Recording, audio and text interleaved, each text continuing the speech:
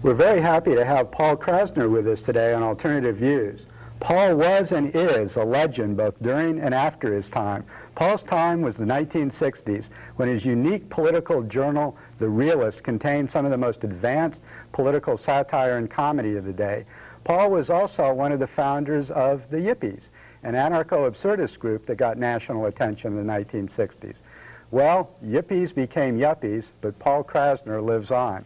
Paul once again began publishing The Realist in 1984 and recently published issue number 104.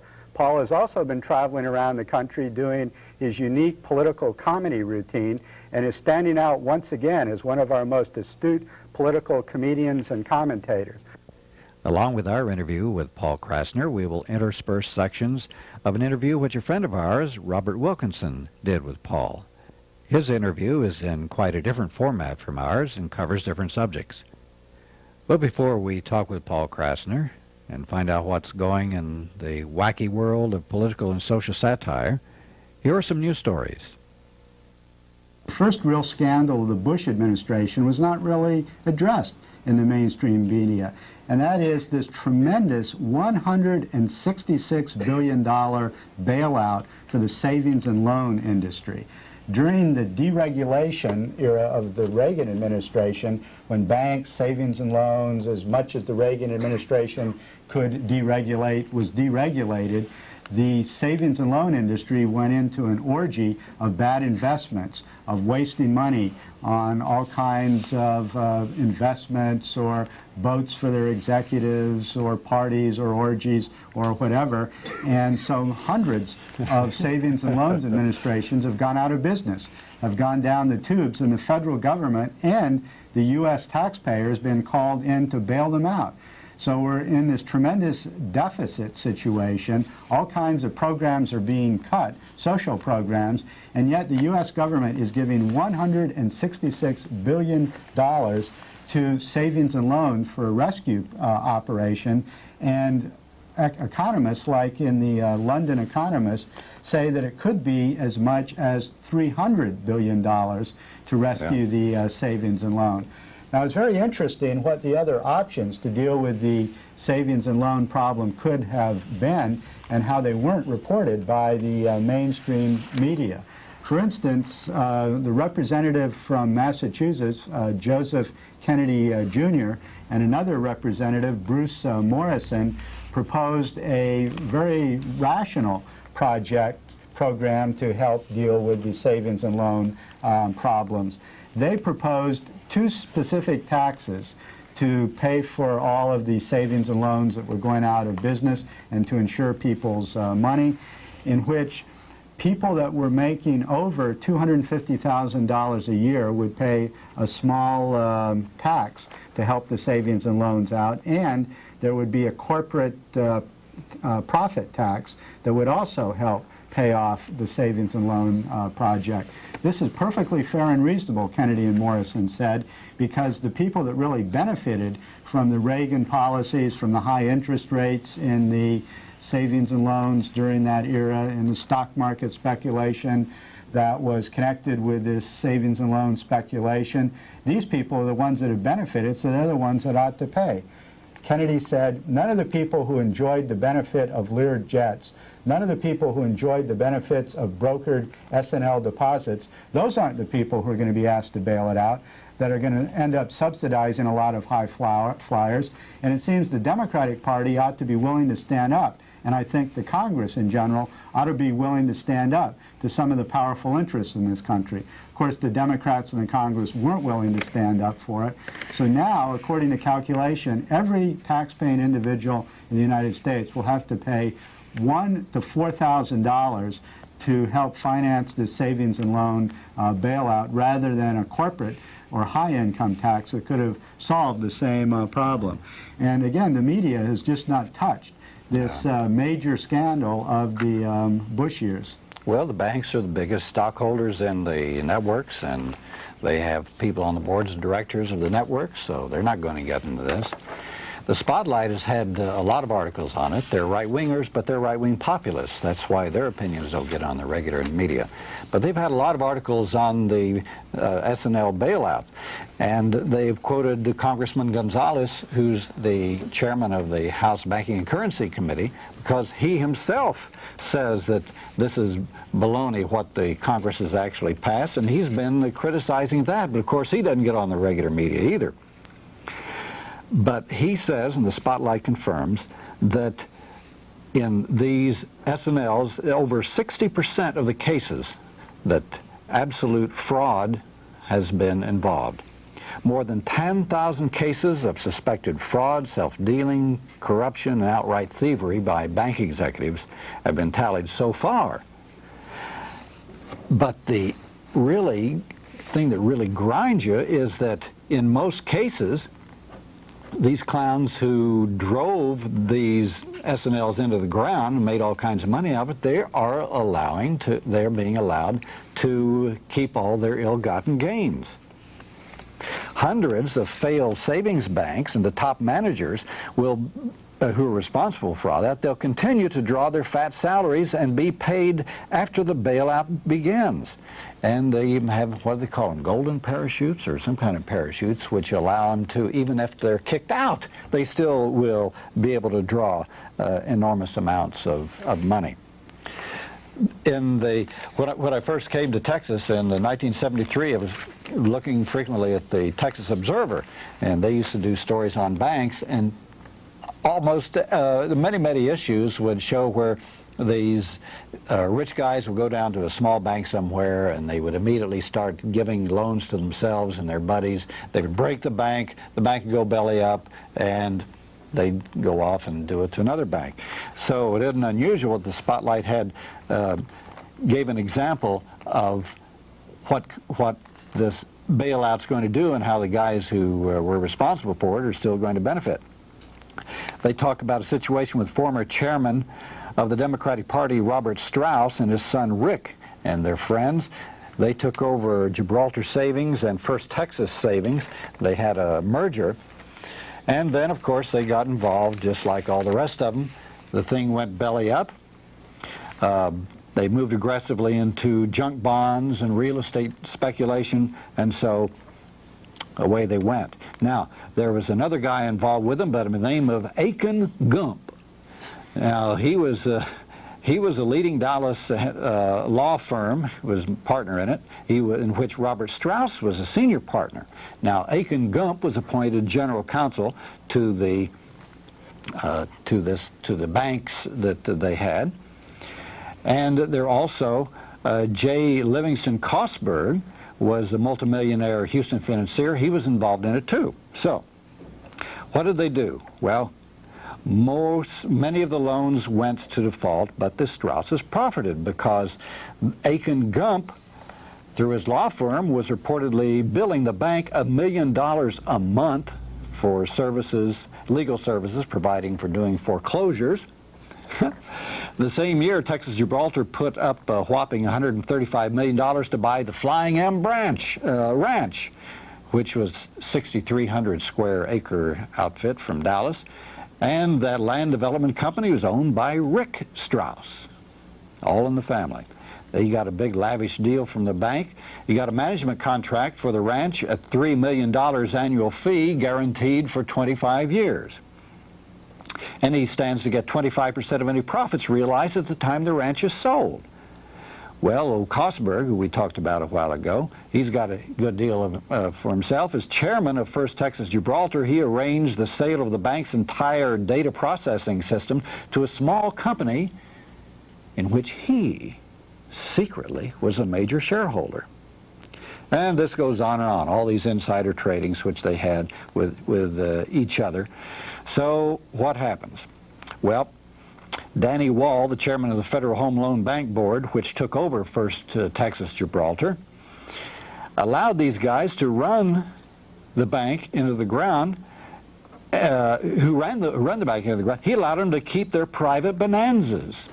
All these deals that caused the thing to go under, he's let them keep it. An investigator says Robert Strauss and his law firm are still general counsel to First Texas Gibraltar. Rick Strauss has kept his lavish contract to run the Flying M Ranch. The only difference here is that his yearly fee of $3 million is now being paid by the taxpayers. There's an old saying in Congress that the banks never lose.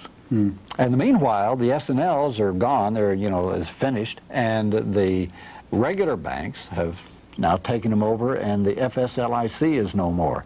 So all of the reforms of the New Deal years, in which they were trying to set up banks which would be used to help common ordinary people to buy homes, that system was destroyed and being taken over by the big guys back on Wall Street. Curiously enough, Frank, I saw a pretty in-depth CBS report on that Rick Strauss scandal, although they had more of a development scandal that he was involved in, where a lot of the money he was getting from this bank wheeling and dealing, he put into a development project that turned out to be a lemon, and a lot of people lost a lot of money on it. It seems the media is eager to expose these scandals if they involve prominent Democratic politicians. Obviously, Robert Strauss being Rick's father, this shows badly on him. And of course, Jim Wright and some other Democratic congressmen had all of their financial dealings exposed in great detail in the media. So the way the media seems to pursue these kinds of stories is just as personal scandal, particularly ones that involve politicos, etc. They never really go into the systemic structures. That's all the time we have for news right now. We'll have some more news later in the program. But now let's turn our attention to our interviews with Paul Krassner. Paul is a social critic, a political satirist, and does incredible comedy routines when he travels here and there around the country. He's also editor and publisher of The Realist, which is, well, you don't know if it's really satire or whether it's reality. But anyway, we have our two interviews, one we did with him and one which a friend of ours, Robert Wilkinson, did. So let's enjoy this first of a two-part series with one of the original Yippies. Well, Paul, we're extremely pleased to have you with us today on Alternative Views. And what we'd like to do is to begin talking about the Iran-Contra hearings and then go into some of the history of the realist, Yippies and Yuppies, the 1960s, what you've been doing since then. Recently, you've been doing some commentary for Pacifica Radio, have you not, on the Iran-Contra hearings. What's your general sense of them, Ben? It's sort of like the Marx Brothers with a political ideology. Just very strange. I mean, the bottom line for me is something that happened in 1984. People think that just because 1984 is past, that it's finished with. But there was a press conference when a reporter asked Ronald Reagan, why are we providing covert support to the so-called freedom fighters in Nicaragua?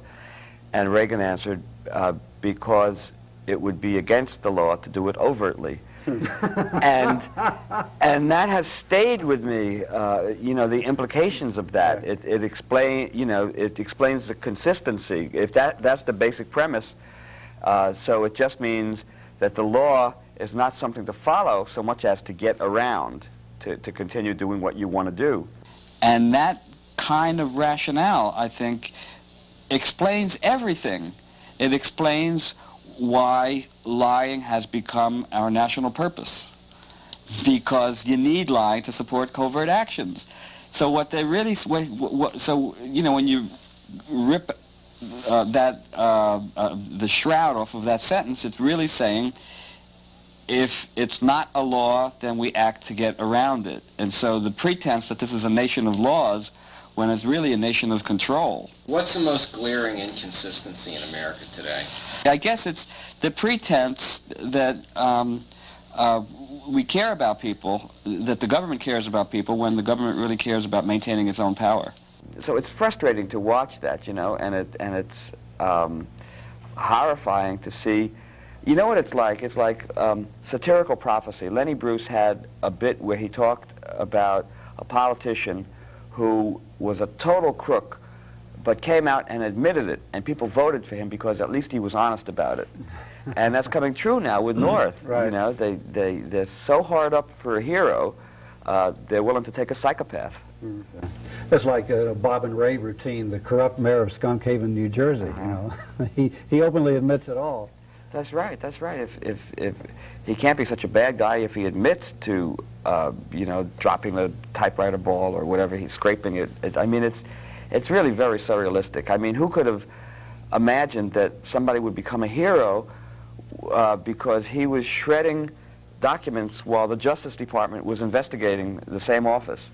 I mean, it's so bizarre that I think the country is kind of on a schizophrenic binge. And, you know, schizophrenics don't know they're schizophrenic. In Watergate, people who destroyed evidence went to jail. But here they're heroes. It's strange. Well, it's just because everything's accelerating. I mean, Colonel North is probably very comparable to G. Gordon Liddy. And G. Gordon Liddy is a hero now, but since things are accelerating, it's more like fast food approach. You get instant heroism. So you don't have to wait. You don't have to wait for as you had to wait with Liddy before he could, you know, become an actor on Miami Vice and a participant in Password with Betty White holding his hand and saying, "Here's the man who thought of assassinating Jack Anderson as a viable option. Let's hear a hand," you know. Well, Oliver North thought of assassinating all the Ayatollahs as a viable action. That was one of his plans that, again, hasn't come out in the hearings. It's been published in the national news services.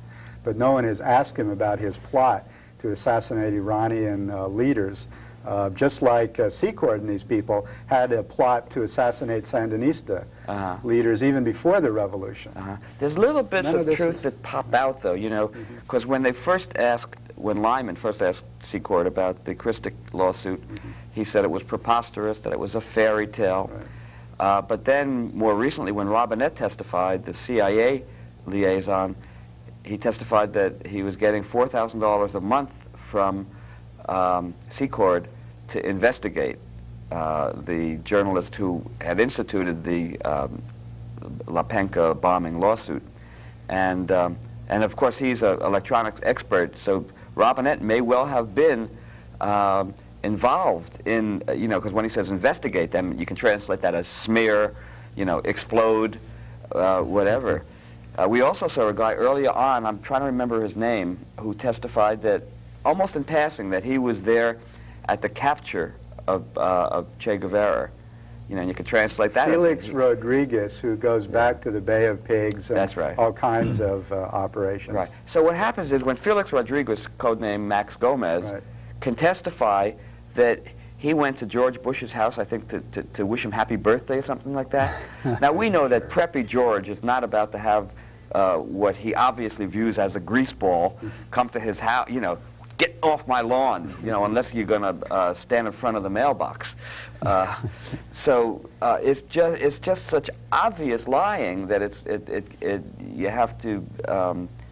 I think humor for me has been like what Valium was to Robert McFarlane. You know, it's just one way of surviving the hearings. Or maybe Oliver North. He looks like he was more and more tranquilized every day as the week went on. Yet he was obviously an effective witness for his cause. Why do you think people responded to North favorably? Style. You know, I think it's as Fawn Hall said, she represented the American public when she said, "I do not retain substance." And so his style is kind of somewhere between James Stewart in Mr. Smith Goes to Washington and Tony Perkins in Psycho, you know, and so they can't quite pinpoint it, but they realize that there is this. He's already been pre-digested by the media in terms of his prototype. Have you seen these Ollie in '88 or Ollie for '88 buttons?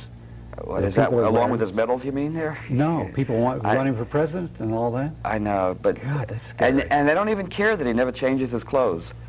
You know, it shows what an understanding public there is.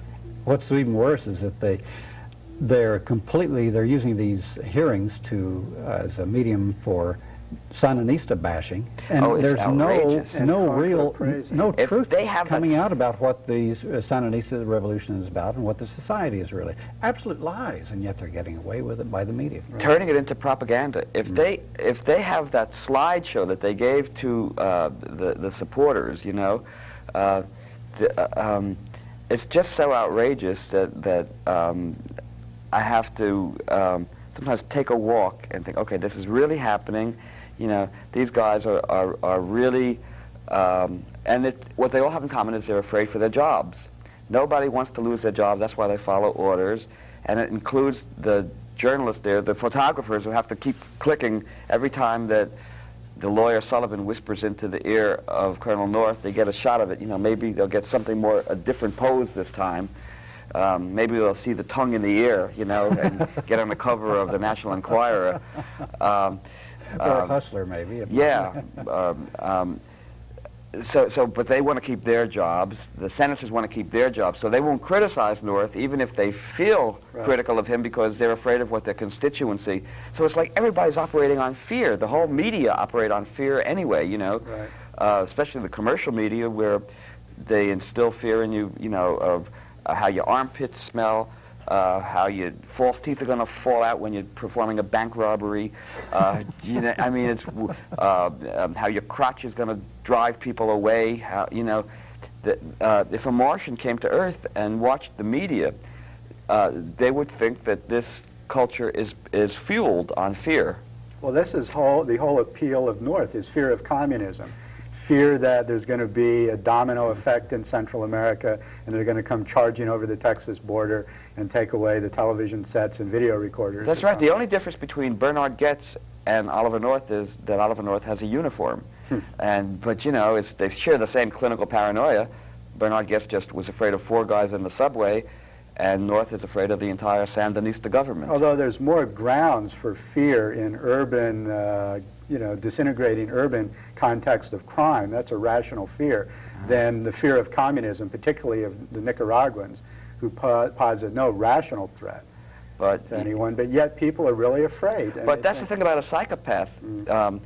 They have their own logic, you know. I mean, so you can get somebody who's, you know, I'm hearing Johnny Carson through my teeth. I mean, that's a reality to them, and you could say, well, we'll go to a dentist and he'll take care of it. Say, no, the dentist is in on it. So they have to have a logic to fit their basic original premise. And even if they got a dentist he could trust to pull out of all of his teeth, you know, he'd say, I hear Johnny Carson through my gums now. What does America need to look at and really lighten up about? High tech and low sodium, I think, would fit the bill. America really itself, first of all, you know, our own power and how we have used it without compassion sometimes. I mean, it's something to laugh about and cry about alternately. You know, and our own tendency to try and reshape history. I'll give you a specific example. There's been sort of a media campaign to separate those who protested the Vietnam War from those who fought the Vietnam War. And it's a false dichotomy, because our slogan always was, bring the boys back home, you know. It wasn't slaughter them. And so it's appropriate that Country Joe McDonald just organized a Vietnam Veterans Film Festival, and he had been at a lot of anti-war rallies, but as he says, we were against the war, not the warriors. And so, you know, that's just a subdivision of general mythology. You can pick any subject and there's probably a myth about it. And a myth is as good as a mile. Stop that. Paul, how do you deal with the contras in your comedy routines or your political satire? Well, I try to talk about Fawn Hall's dating the son of a Contra leader, and try to imagine, you know, their pillow talk. You know, I destroyed another village today, honey. Oh, you know, let's practice safe sex, though, and be sure to wear contraceptives. Sorry, I have jokelexia. I can't help it. Right. Well, actually, the Contras are a difficult phenomena to make jokes about because of all the terrorist activity, because of all the actual killing they do in Nicaragua. I mean, this is not funny. I mean, it's a difficult topic. Well, as a matter of fact, the cover of the current issue of The Realist has a cartoon by Nicole Hollander, who does the Sylvia strip. Right. And she's very political and a strong feminist, and comes from a union family, and is, because it's a perfect example of the trivialization of tragedy, really. Mm-hmm. Yeah, it says, and now, Mrs. Jones, for the dishwasher and the matching ottoman, can you name the group, sometimes called the moral equivalent of the Founding Fathers, who has profited from smuggling plane loads of coke into the United States? And she's saying, because the attention span is that, you know, is so zoom, zoom, zoom. Yeah. What about Ronald Reagan? He must be a great subject for any political media. Yeah, he's wallowing in Teflon now, and knee-deep, up to his belly button already. And, but when you know, political poisoning begins in the home. I heard that if you scratch Teflon, there's poison that seeps through. And so that's happening on a metaphorical level with Reagan. But when I learned that, I threw away my frying pan, which had scratched it, and realized that every time I'm cooking something in it, you know, I'm getting the poison underneath. So that it really does begin in, you know, with your own private relations, the politics, and then expands into national and international scenes. I mean, this is why the hypocrisy over Gary Hart was, you know, Americans aren't that concerned about adultery, but they had to go through the motions and do what I call the Elliott Abrams school of lying. You know, so he never says you're lying. You say I misspoke testimony, or as Oliver North says, it wasn't a lie. It was just what was the phrase he used? Plausible deniability. Right, that's the plausible. Or you can lie. You can call somebody else a liar without using the word. You just say his memory differs from my memory. And so, in terms of deliberately misleading, that's what Gary Hart was doing. You know, saying, well, no, there was a side door, and then his wife got sucked into that lie. You know, if Gary says nothing happened, then nothing happened. And you know, when they were home, it was different. You know, he says, "Honey, would you get me a beer?" And she says, "Let that blonde bimbo get you your beer." You know.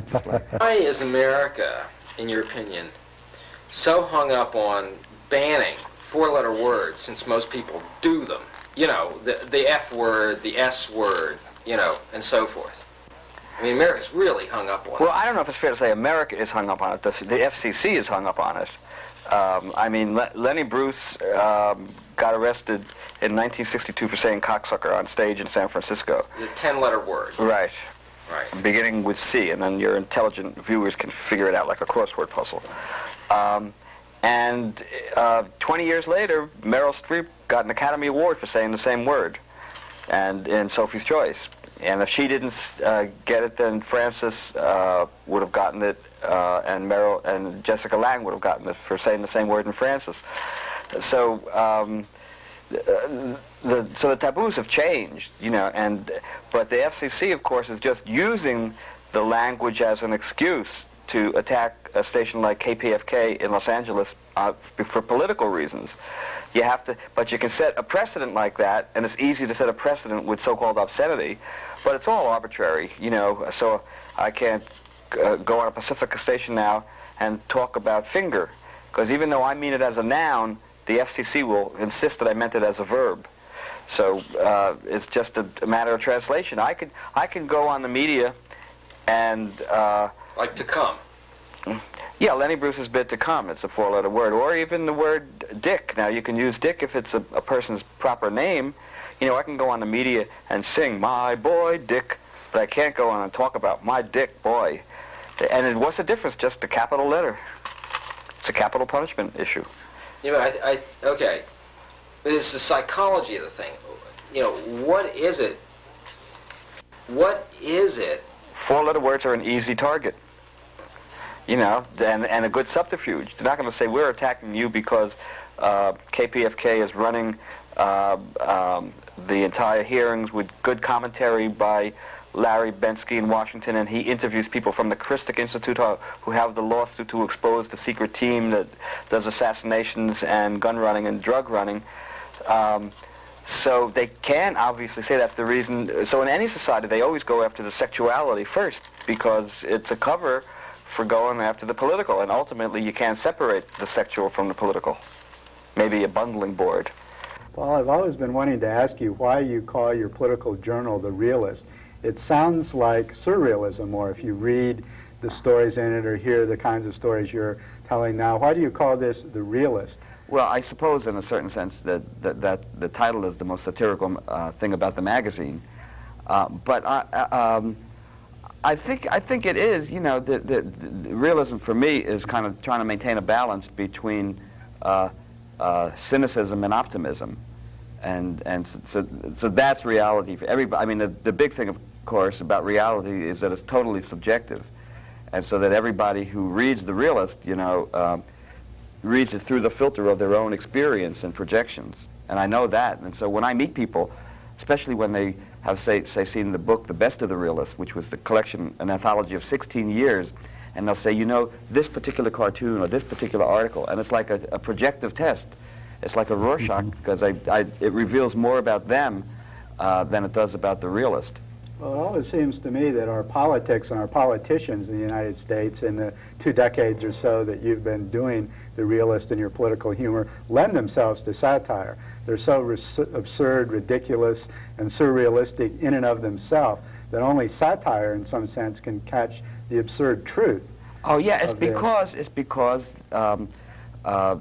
they try to master the illusion of sincerity. That's why Colonel North is so good. I mean, he reeks with sincerity, and so the satire is just almost something holding up a mirror to what they actually say, not even exaggerating. I mean, Ronald Reagan actually said in 1980, "If I am elected, I will end the inheritance tax for rich and poor alike." Now, where can I take that, you know? If I report that to people and they haven't seen it in the paper, they think I made it up already. You know, you just get the image of some wino saying, "And I bequeath my entire 6-pack of Ripple to my daughter." You know, it's or the time that John Hinckley shot the president, and Hinckley came out for gun control, and Reagan came out against it. You know, so who's the schizo? Reagan himself, you know, the man is he.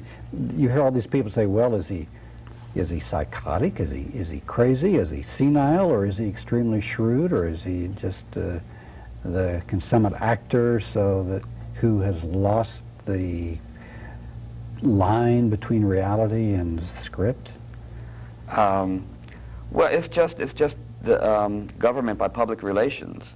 You know, you could see when there was the first Black Miss America, he called her up. When the hockey team won, he called them up. You know, it's always who would ever have thought that the president would be photographed with Michael Jackson? You know, this black kid with curly, greasy hair. He's an androgynous figure. Right, and wears a white glove and sings in a high voice. Had a nose job. Right, so he could look like Diana Ross. And wants to buy the remains of the Elephant Man. You know, I mean, so this surrealistic thing, but, you know, there are Michael Jackson fans who vote. And so it's all thought of as constituency. So it's all government by public relations. When Dennis Wilson of the Beach Boys drowned in the Pacific, Ronald Reagan granted special presidential permission for him to be buried at sea. I mean, big deal. He could have just left him there. But, you know, they wanted to get the Beach Boy fans who vote. What do you love about America, and what don't you love? I don't know. I'm torn between the rocket's red glare by the dawn's early light or the twilight's last gleaming. I can't decide.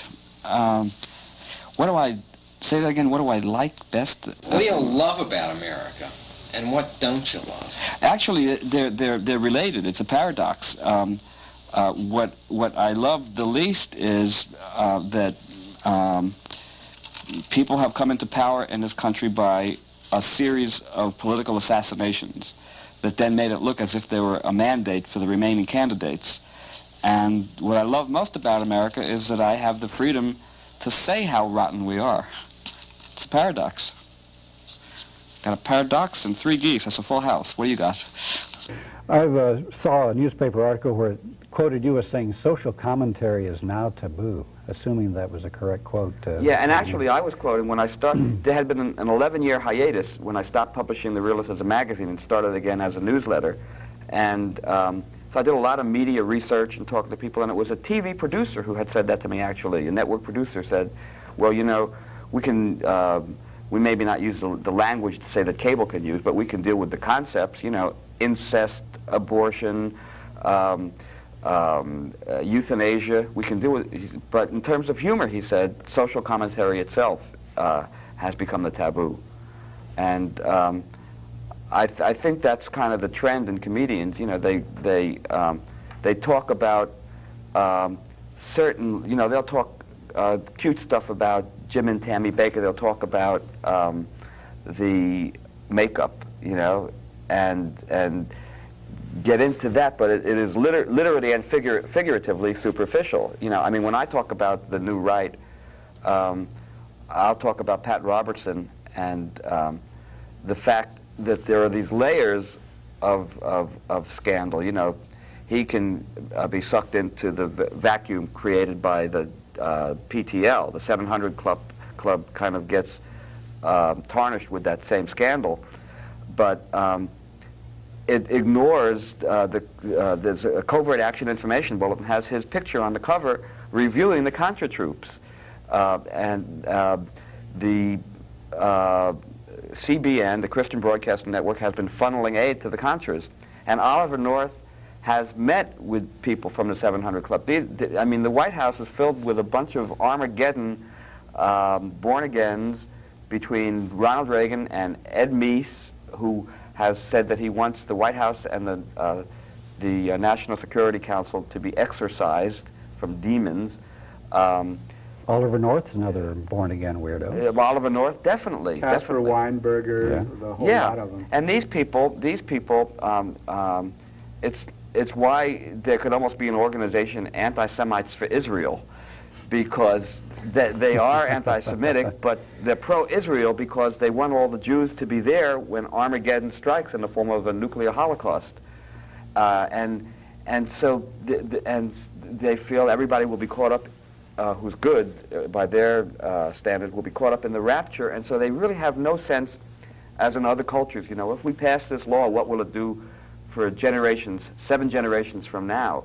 They have no, it's like they have an MTV attention span. Well, James Watt was saying that, so why should we protect the forest and the wilderness? Because the world's going to be destroyed in a handful or 2 years. That's really why they had to let him go, because he was that blatant about it. I mean, and he's another example of government by public relations. Here was a guy, the truth was that he did a joke that was embarrassing to the administration, but they tried to make it look like a virtue when he left. You know, he said, well, I came to the Department of the Interior, and now my job is done. I'd like to spend some more time with my wife. I live with a wonderful woman, a black, 2 Jews, and a cripple. He didn't say that, but it was between the lines. If you could change or add some new cabinet positions, what would they be? Secretary of what? Well, I think the cabinet should be over there near the mirror. Then I think the sofa would go over here. Then I would go to the bathroom. I think the toilet should be on the left side near the window, and the bathtub, I think, at a kind of catty corner angle. The cabinet, who would I change? Well, and I think we would make George Shultz the Secretary of Doormat, because he's willing to be stepped all over now as long as he can keep his job anyway. I would make Allen Ginsberg the Secretary of Poetry and Pederasty. I think we would combine those 2 branches of government in a motion of efficiency. And I would make Oliver North Press Secretary, because he proved that you could lie with a straight face and still get people to donate money to the Contras. Name some people who would have made great presidents, but never ran. Marilyn Monroe, she made a great president. Let's see, who else? And she never ran. Well, I mean, it's understood that the best people would never think about running because it would be totally insane, and insane people can't serve as president. And What do you mean? It's a prerequisite. Just go right down the list.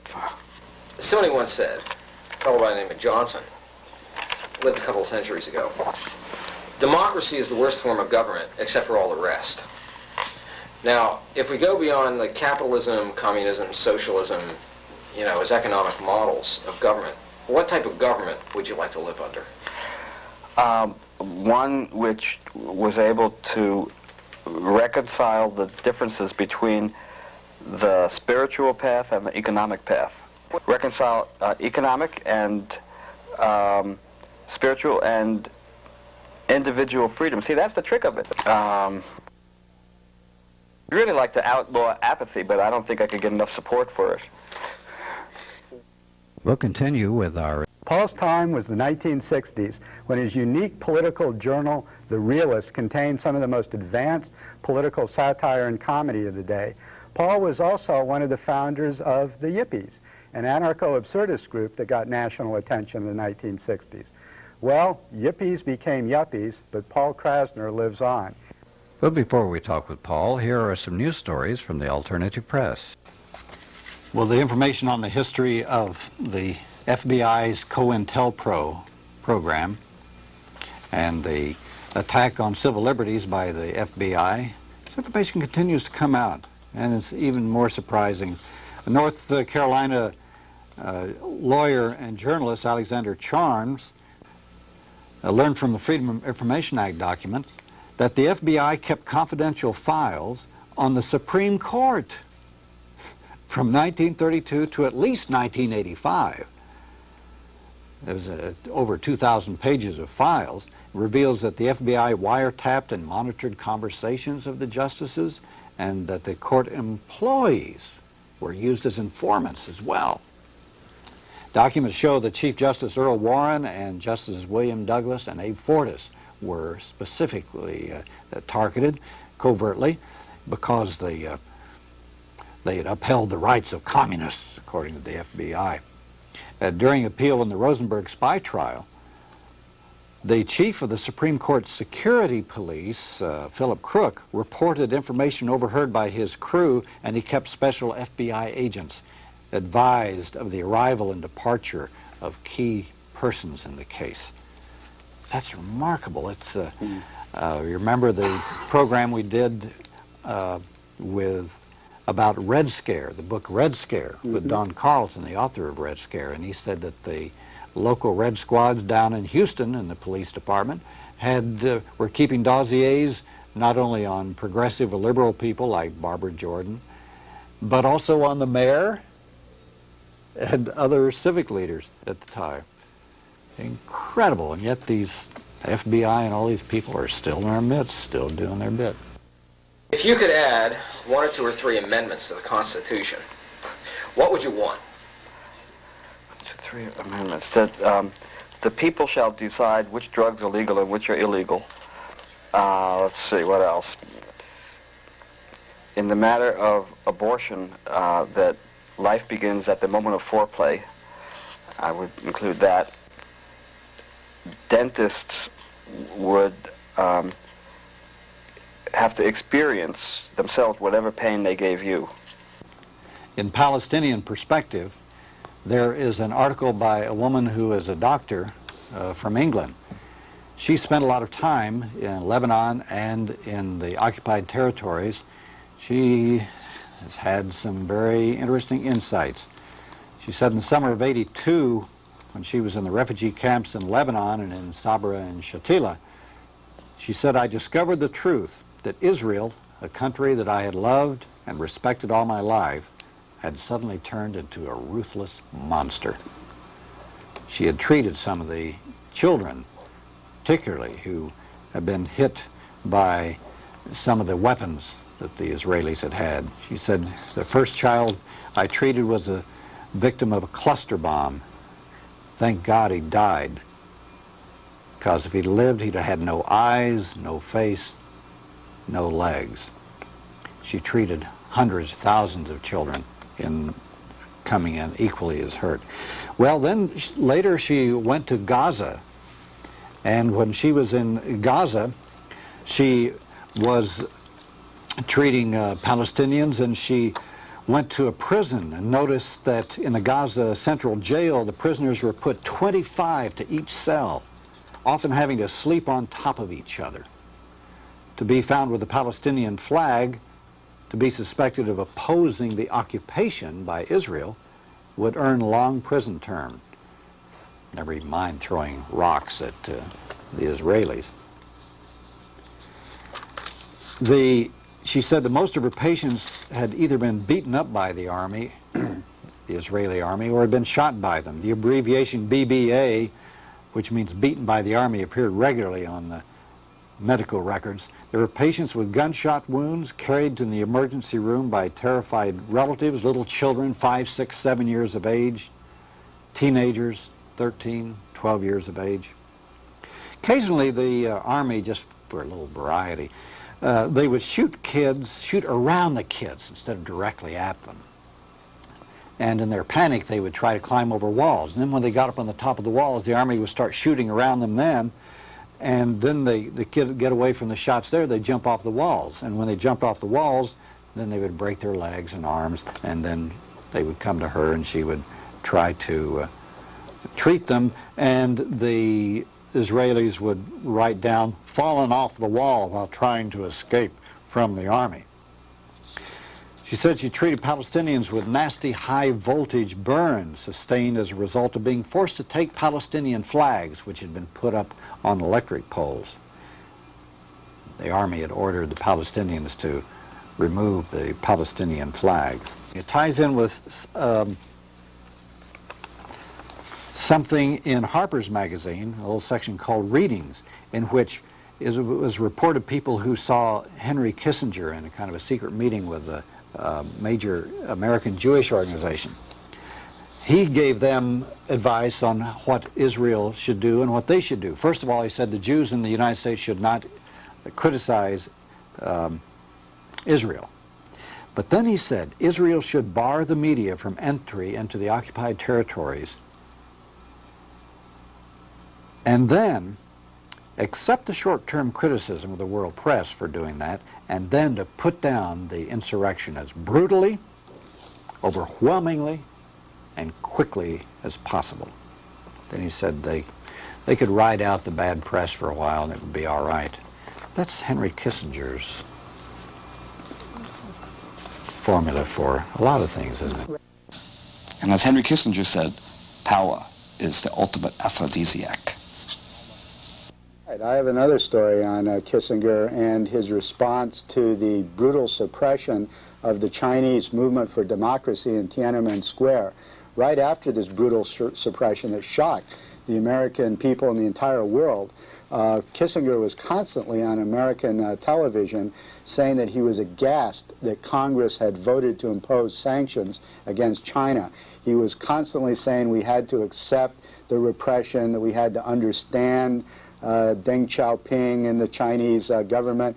We had to keep our normalized relations with China. We couldn't risk losing this special relation that was developing. And the Nation magazine points out that at the same time that Kissinger was making these statements on behalf of the Chinese government, he was receiving fees in excess of $200,000 per year, or per client, for advising such corporations as Shearson Lehman, Hutton, Atlantic Richfield, H.J. Heinz, Union Carbide, Chase Manhattan Bank, Coca-Cola, and American Express. Each one of these countries does business with China. Each one of them wants to build more factories, to do more business, and this requires good relationships with the Chinese government. So at the same time that Kissinger is defending the Chinese government for their indefensible and brutal actions, he's on the payroll of all of these corporations. So the next time you see Kissinger on a television spouting off something about China, remember his own stake in U.S.-Chinese trade. It's just disgraceful that the networks like Ted Koppel on Nightline let him on so much in these talk shows, because he's a paid operative of these big corporations who has heavy interests in all of the things that he's making commentaries on. What, in your opinion, will best bring about peace? If we eliminate the bad guys. Well, where but in Texas would more kids get beaten by the teachers and the principals? And Dallas is right at the heart of it. There was a big article in the Dallas Times-Herald, which is very good, indicating that hundreds of more than the 131,000 Dallas students get spanked every day. And according to the Texas law, they don't even have to get the parents' consent before they start beating on the kids. Now, this is required by the policy of the Dallas Independent School District. As a matter of fact, if some principals don't report that they are spanking kids and how many of them they are, they get into trouble. As one official said, must be some difficulty here. I can't imagine them not having any problems with the kids down there. How come they're not whipping them, you know? Well, as I said, the principals and assistant principals can spank kids even if their parents request they don't. Children are not given a chance to tell their side of the story. There are no guidelines on what kind of instruments are to be administered, where they're to be administered, and with what type of paddle or whatever. But this practice is very thoroughly entrenched in the Texas schools. Only 2 school districts in the whole state have banned corporal punishment. In 1987-1988, Dallas schools, according to the Dallas Times-Herald, reported 6,274 paddlings. And the superintendent for elementary education warned the principals that they have violated the Dallas Independent School District policy if they don't beat their kids. Well, there are some organizations that are against this corporal punishment against kids, even national organizations. The American Medical Association, the National PTA is against it. The American Bar Association is against it, not even to mention organizations like American Civil Liberties Union. Well, the spanking of kids in Dallas, it's kind of at the whim of the principal. Some kids are only spanked for more serious things like fighting, but others can be spanked for tardiness or for not doing their homework. The principals and assistant principals say, well, there are some kids who that's all they respond to, because at home that's the principal means of discipline, and that's the only thing they recognize that will modify or change their behavior. If that's the only thing that happens at home to try to modify behavior, then that's the only thing that kids will respond to. Only 2 of the board members of the school board in Dallas are against this spanking.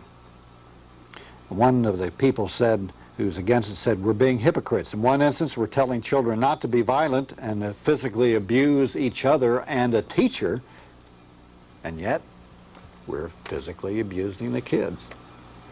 And the Supreme Court, in an interesting decision, said that it was okay to beat kids in school. There was a case of 2 little girls, I think they were 8 years old. They were giggling out in the hallway.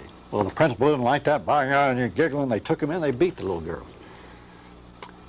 And then sent them back to their class. And when they got in class, they got the giggles again, and the teacher spanked them. Well, the poor little girls were traumatized and didn't come back to school for another week or 2. The parents took it to court. They were also under a doctor's care. Parents took it to court, and they lost. The trial court held in favor of the parents and against the school. The appellate court ruled against the school and in favor of the parents, but the Supreme Court said, yeah, go ahead. Beat them kids. The Honorable Judge Paul Krassner has been entrusted with making the punishment fit the crime. Oh, yeah, that was one of my goals, yeah. Televangelists. And what's the crime? I have to decide what the punishment is? Do I have to decide what the punishment or the crime was? I mean, see, there's a philosophical part of me that believes that the crime and the punishment are the same process. But, you know, you're not going to stay a judge very long if, you know, because you'll dismiss all your cases that way. So you give me a punishment, I'll give you a crime, and I'll give you a punishment. If the televangelist appeared before you okay. on the bench. Oh, okay. I would just, well, I guess I would have them, as punishment, have to watch their own programs, just on a tape loop. You know, watch their pitches. I mean, we'll have Gene Scott harangue himself for hours. You know, just have Jerry Falwell talk about the Revelation and the beast, you know, and just have him tied to a chair watching himself doing it. I don't like the forced part of it, but you know, I'm a judge. I can do whatever I want. Next case in front of your docket: defense contractors. Defense contractors. I would have them meet the families of everybody who was ever injured by any of the products that they manufactured. That would be their purgatory. The director of the CIA.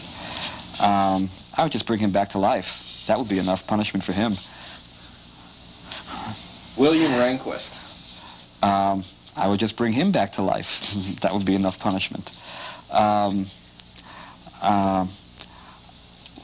What would be appropriate for William Rehnquist? I think that I would... Make him stay straight? Do you know something about what goes on under those gowns? I would have William Rehnquist be sentenced to forced prayer in school. You know, I mean, he would have to pray. It would be like forced busing, so that you would bring religious students to non-religious schools back and forth, just for a balance of piety. And he would just have to keep praying and praying and praying. I mean, he could pray for better decisions. He would have the freedom to pray for whatever he wanted, but he would have to pray. Ed Meese. Ed Meese would have to give up prayer. He is really a religious fanatic. Ed Meese would have to be a clerk in an all-night pornography store.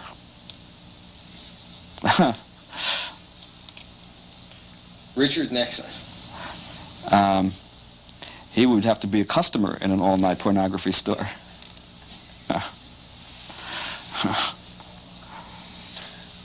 I am not a masturbator.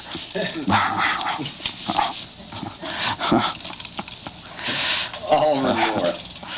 Oh, Oliver North. What would he be? I think he would have to, he would have to, whenever a football game was won or a New Year's Eve was being celebrated, he would have to shred all the confetti that people threw out windows. Calendars, that would be his job. He would be the keeper of the shredder. He would have to shred wheat.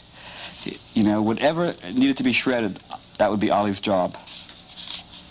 The Pope. Or the Catholic Church, it's, you know. Well, now we have to deal with individuals here. Okay. I mean, you can't condemn an institution because an institution is, you know, have to take their leader. So the Pope... It's next, yeah. I think the Pope would get a job in a factory, working with the people on an assembly line, you know, a conveyor belt. His job would be to put condoms on test tubes so that we could have artificial sex but safe. The Democratic Party. The Democratic Party. They would have to unionize, I think. Democratic Party. I don't know, I guess they would have to... they would have to face the ghosts of past Democrats and explain to them what they had allowed to happen to the party, and to I guess they would have to get into a session of maybe go to a psychodrama and do role playing and pretend they were Republicans and see if there was really any difference in the way they acted. The Republican Party. I think the Republican Party would have to be homeless for 6 months of every year. They just have to live in the streets, and then it would probably affect their voting pattern, I would think. Last, and of course least, everyone's favorite lame duck, Ronald Reagan. What he... Make the punishment fit the crime. Oh my. He would have to do a press conference without his hearing aid, which is actually getting the answers from his kitchen cabinet, and so he would have to wing it. He would have to wing press conferences. He would not get any briefings. He would have to explain himself. He would just have to, and then he would have to watch the rushes so that he could see himself as others saw him. And he would have to expose the strings, you know. He's a marionette. That's not too well known, which is why he moves like that, just the strings. And we would have to show who the marionette operator was, you know. And it's a sort of a what do they call those big things? Begins with a C. Not what Lenny got arrested for, but it's but although they work in these places, they buy things not conundrum, not condo. Conundrums? No, but it's like that. It's like that. No, conundrums are prophylactics that you can't quite get on. Who do you think is the puppeteer? Well, it varies. You know, it's some people from the Bechtel Corporation, some people. You know, it's from the liquor industry lobby. It's a sort of a joint operation there, but I think it would be to expose the Wizard of Oz nature of the government, you know, and so that just pulling the curtain from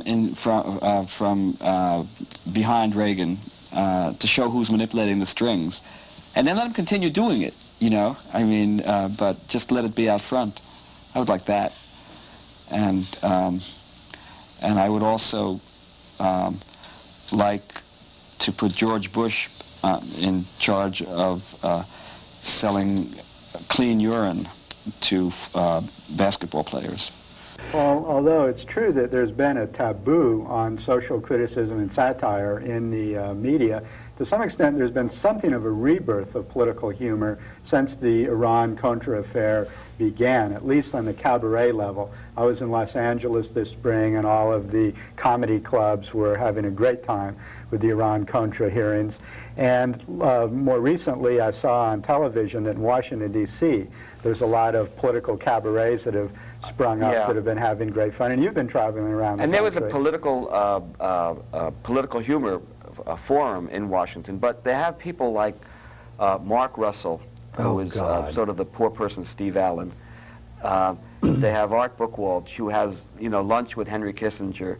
I mean, Mort Sahl now is supporting Alexander Haig for the presidency. Are you kidding? No, this is true. In fact, it was Mort Sahl who gave Haig the line, "I'm throwing my helmet into the ring." But if you think about it, Mort Sahl has always gone with the power structure. You know, even though he supported John F. Kennedy, he also supported the Bay of Pigs. So, you know, he just became sort of a latter-day Will Rogers. But well, and yet in the early '60s, you know, he would take on Richard Nixon, and he did a lot of sharp satire on that ilk. And then he fell into hard times and has become rather bitter about it because and a lot of his, so what happened? A lot of his performance now. Well, a lot of his performance is based on name dropping, how he got invited to have dinner with the Reagans at the White House, and how all the Hollywood liberal establishment, like Paul Newman, and who else is the Hollywood liberal establishment? Yeah. Ed Asner and Jane Fonda. Yeah, Jane Fonda. They came to him and said, you know, you should boycott. Don't go to the dinner at the White House. And I personally thought, you know, I felt that way, but then part of me got self-righteous because I thought, well, if I got invited to the White House for dinner, would I go? You know, it would be such a grist for my satirical mill, and to be in the belly of the monster. But of course, that's such a hypothetical case that I can't even deal with this. Well, that's what Mort saw. I saw a thing on TV. He was talking about this very situation, and he was saying, well, after spending the evening there with Reagan, he realizes that Darwin's theory was blown out of the water. Survival of the fittest hasn't occurred in Reagan's case. Well, except that Reagan is about to reveal that it was Bonzo who first told him about the theory of creationism. So this is the reconciliation between those two. It sure wasn't Bonzo who started the AIDS. It was some monkey in Africa, wasn't it? Maybe that's how it got started. Oh, I'll tell you, I saw in the airport Lyndon LaRouche people with signs that said, mosquitoes don't wear condoms. And at first I didn't understand. I thought he was talking about the mosquitoes in Nicaragua, the tribes. But he was talking about AIDS and how in Africa and Florida there are mosquitoes that actually can transmit the AIDS virus. So I had to assure him that it was only if they shared their needles. Right. What inspired you to start doing what you're doing? Well, you got an itch, you scratch it. It was just a survival for me, you know. I mean, people wake up to the fact that they're Martians at different times in life. I woke up to it early, and I realized that I would have to learn to pass as an Earthling if I wanted to survive. And so I used humor as my vehicle, because laughter is what I imprinted on in terms of you know, waking up to the mystery of your own existence. Everybody has that, and some people go back to sleep because the world is just too painful to bear. And so you need to imprint on something to deal with all the pain and the horror that there is in the world, to allow you to, you know, to focus on some of the beauty and the pleasure too. And if you want to be a well-rounded person. And so for me, humor became my religion, in effect. I mean, it's just my way of perceiving the world. I mean, everybody has to have a metaphor for the mystery. I mean, because life is a mystery. If it's not a mystery, what the fuck is it? That's my philosophy. So what's your role?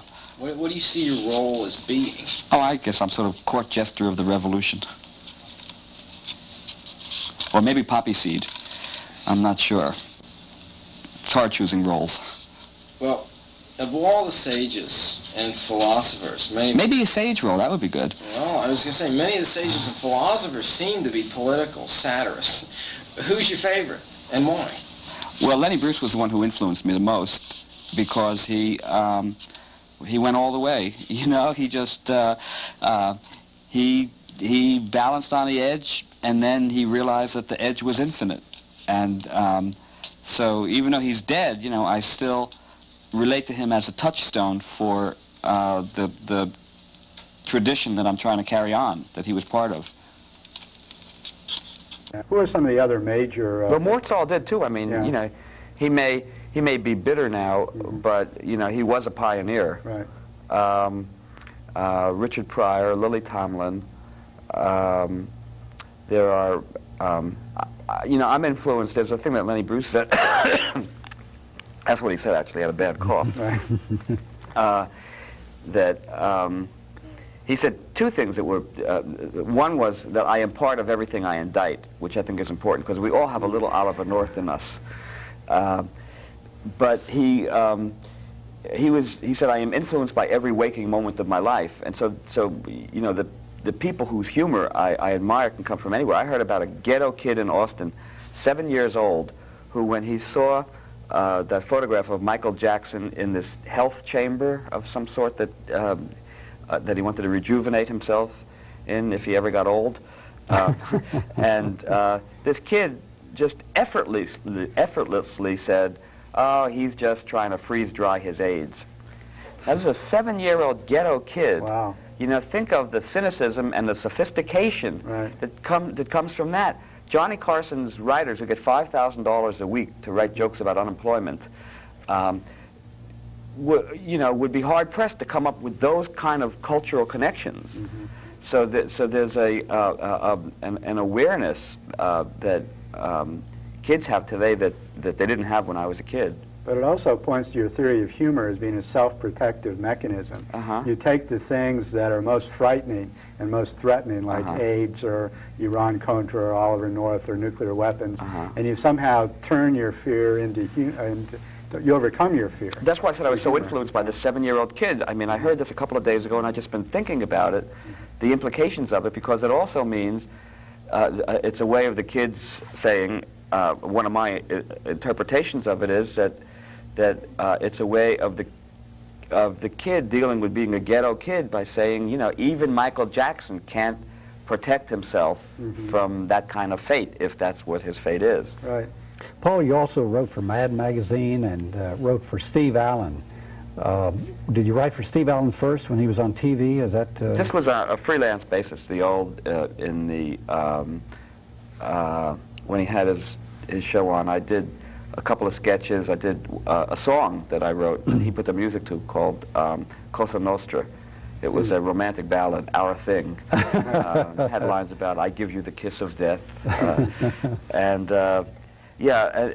Steve Allen has always been, he has a mailing list, I don't know of how many hundreds of people that he sends articles to, Xeroxes of articles that have interested him, you know, about whether it's mafia influence in the Teamsters or Teamster influence in the mafia.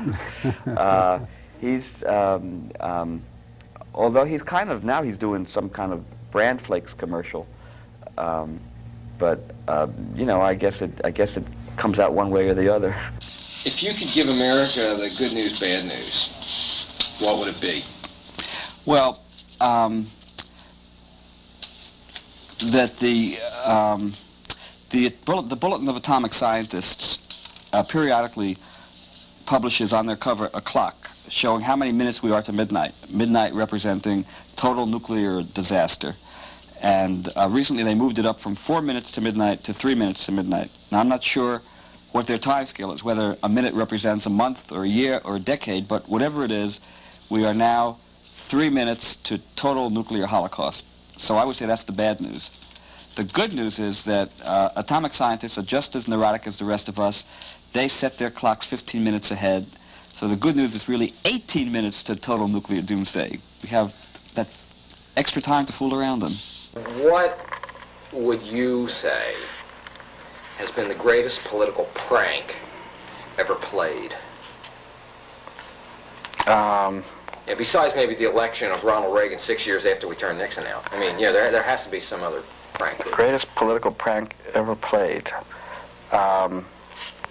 Well, I guess the Bay of Pigs might fit into that category. You know, and I suppose if Kennedy had gotten air cover from the CIA, that would have transformed it from the prank category into the hoax category. Well, I guess the notion that Democrats and Republicans are really that different, I think is probably the greatest political prank. You know, the illusion of a two-party system, when it's really several parties. You know, the Lockheed Christmas party, the Northrop Christmas party. It's a multiple-party system.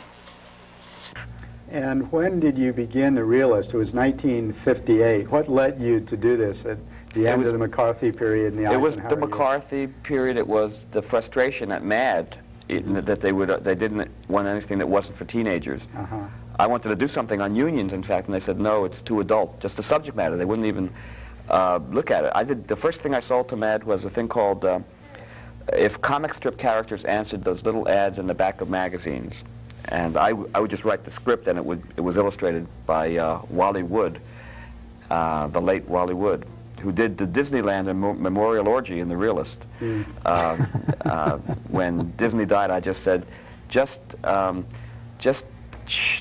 let your imagination flow and show us what would have happened now that these people who no longer have the restraints that Disney put on them, you know, what would these characters do? And so you had Goofy and Minnie Mouse humping on a cash register at Disneyland while Mickey Mouse was shooting up, and Dumbo was defecating on Donald Duck, you know, screaming back at him, and Tinkerbell was doing a striptease for a bunch of people, and Pinocchio's nose got longer as he watched.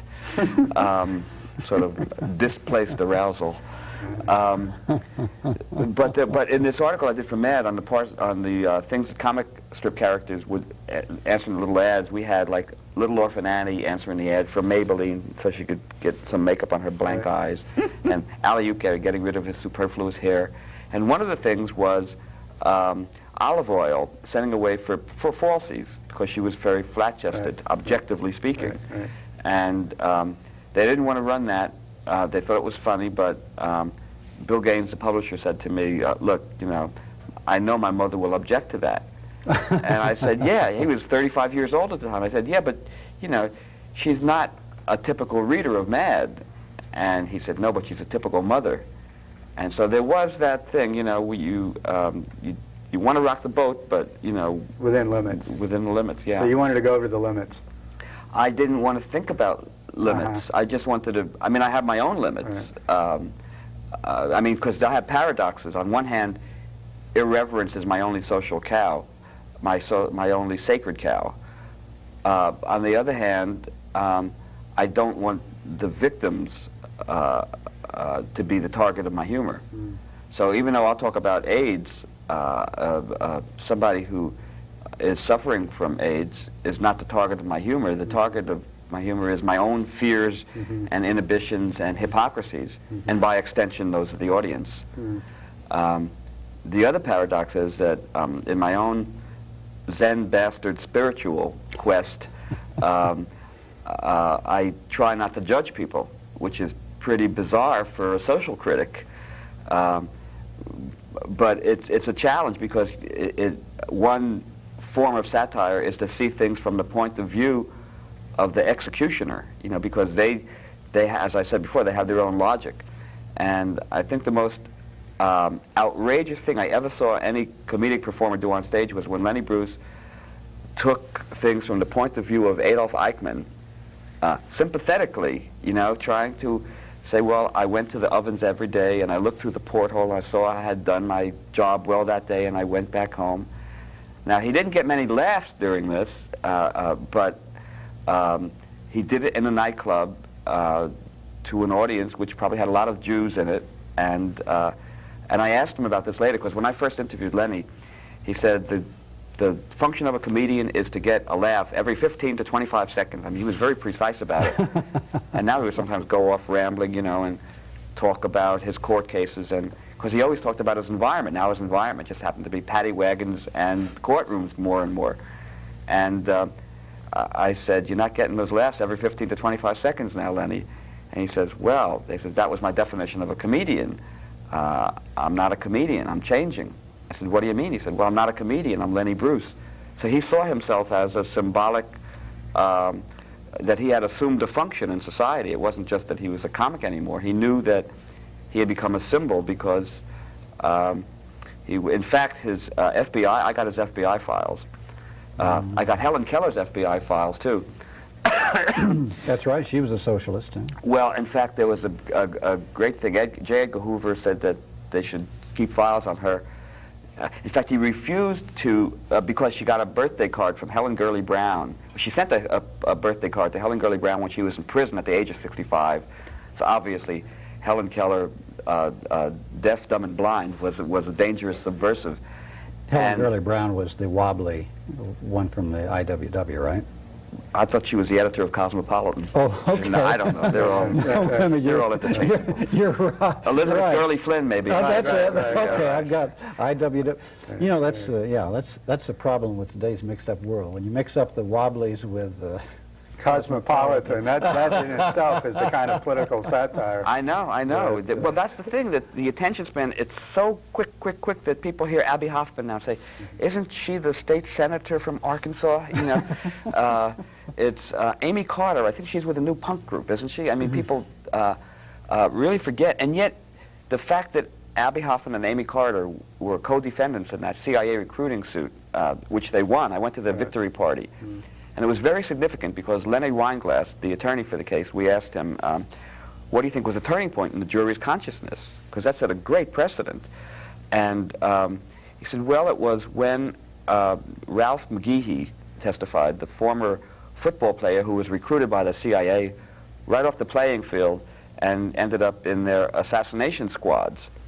And they made the point that in the 60s, they would not have been able to use this necessity defense because the jury wouldn't have believed that the CIA did things like that. But they'd become jaded and sophisticated enough that they were prepared to believe that kind of testimony.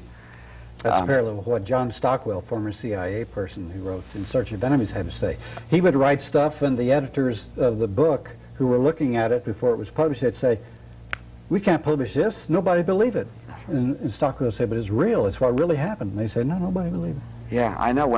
In The Realist, I published work by Mae Brussel, who was a conspiracy researcher from Carmel, California. And she, in an article called Why Was Martha Mitchell Kidnapped, she delineated the conspiracy behind the Watergate break-in, which was still being called by the mainstream press a caper, a third-rate burglary. And she named Nixon and L. Patrick Gray and John Mitchell because she had been doing research into the Kennedy assassination since '63. So she saw the same personnel involved. She saw the same modus operandi. And this was 9 months before it actually came out in the mainstream press. And so people then were telling me, you're crazy. They were not prepared to believe it. You know, when the truth came out, I felt vindicated. And, you know, they say, well, you know, you were crazy, but you were right. It's probably the same thing with these drugs today, the theories of the Contras being drug runners. A lot of people probably just don't believe this at all. And then eventually the information will come out. And the critics, like the Christic Institute and yourself and Alternative Views, will be vindicated. Well, but it's not, the key is, it's not just the Contras doing it on their own. They're doing it in relationship with the CIA. Yeah, that's the point, yeah. And even George Bush's office. Oh, yeah, George Bush, we're really waiting to come out from behind the bush. I mean, there is a theory that he was the one who gave the go-ahead on the La Penca bombing. This is where Eden Pastore was going to hold a press conference. And it gets confusing to people because they say, well, why would they want to get rid of him? And you have to explain, well, see, he was a Contra, but he wasn't one of our Contras. He was not unifying with the other groups. No, he wasn't following the CIA's orders. Right. Paul, during the Watergate era, you had a lot of fun satirizing the Nixon administration. How do you see comparisons between the Iran-Contra scandals and hearings and the Watergate affair and hearings? And also from the standpoint of humor, what are the differences that it presents for satirical targeting? Oh, well, this came out. There was a humor conference, an international humor conference, and there were 5 delegates from Russia. And they asked an American performer like me. It was a kind of interesting thing for me as the editor of an American satirical magazine to meet the editor of Crocodile, which is this Russian satirical magazine, but supported by the state there. So they have a lot of humor about absenteeism and productivity. And as a former editor there who edited the book of Russian underground humor told me, he said that the humor in Crocodile is for the state, it's not for the people. And so I was one of a few people invited to try and make these Russians laugh. And I tried to pick something that would demonstrate freedom of expression in this country. You know, again, that paradox that we have, you know, that political candidates have gotten into office by dint of assassinations that then made it look like they were brought in by a mandate. And yet we have the freedom under the First Amendment to talk about how rotten we are. So I try so the story I told was, in answer to your question, was comparing the Watergate scandal and the Contragate. And there, of course, we had the smoking gun. We had the 18.5 minutes missing from Nixon's tape, which, of course, General Haig referred to as being caused by sinister forces. I was telling you, there's a bunch of nuts around that White House. And so, I've lost the nut vote now. Poor politics. So, what do we have comparable to that? You know, in Irangate, we had only the brain surgery on William Casey, where they removed the section from August 1985 to November 1986. So, you know, that I began to get suspicious. And so as I told that story there, it was translated. You know, I would pause, and then the American audience would laugh, and then it would be translated, and the Russians would laugh. And so, you know, they both laughed at that. So it was kind of a unifying humor. And of course now, you know, just the notion of obviously Casey is going to become the scapegoat because dead men don't talk. Right. And Poindexter will testify that he reported to Casey, and so we'll never know if Casey reported to Reagan. So it's a very convenient death, you know, and I suspect that soon the Ollie and 88 buttons will be replaced by Who Killed Casey buttons. I mean, I think that the laugh tracks on TV sitcoms, I know Ollie North yet, are the lowest form of fascism, and so is Ollie North. Yeah, totally. I mean, what is more fascistic than a regime telling you when you have permission to laugh at something, telling you whether or not something is funny? And what it does, it changes your nervous system. If you hear it long enough, then you hear something on TV that you think is funny, but there's no laugh track, and you find yourself waiting a split second for that sound to give you permission. And so it affects you. I saw a Phil Donahue show, and he asked this question: what does the Bible have to say about vibrators? Now, I wonder. Maybe this is a serious theological discussion. Well, from the things we asked this, there was a time for manual dexterity, there was a time for vibrators. Then I saw the hearings, the parole hearing of Sirhan, and there was a woman on the parole board who said, Mr. Sirhan, let me ask you a question. He said, oh, please, that's not necessary. Call me Sirhan. Again. I couldn't be sure if obsequiousness was part of his religious tradition or he was just being silly. I mean, happy Lord, Sirhan. Or with a little initial, Sirhan B. Sirhan. Happy Lord, Sirhan B. Sirhan. Name one or two or three people in America today that are relevant and people can learn from.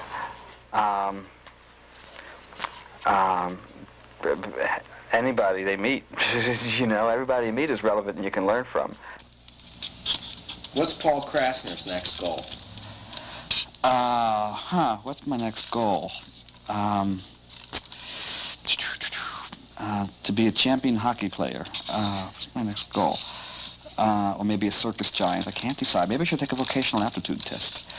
I mean, there's projects. You know, I want to continue editing The Realist and performing and doing freelance writing. But there's a couple of books, a few books I want to put together. One's a collection of pieces that I've done. It would either be called Murder at the Humor Convention or I Snorted Cocaine with the Pope. I mean, one's a kind of classy title. The other's a little bit more commercial. And then there's another is an autobiography, which is unauthorized. I'm writing it against my better judgment. And then the other is a novel based on a controversial comedian that was inspired by Lenny. So you know, there are projects that I want to do, but there's so many unknowns. You know that I guess my chief goal is to act as if process itself were my goal. And then it saves a lot of disappointment. You know, if you get hit by the bus just before your book comes out.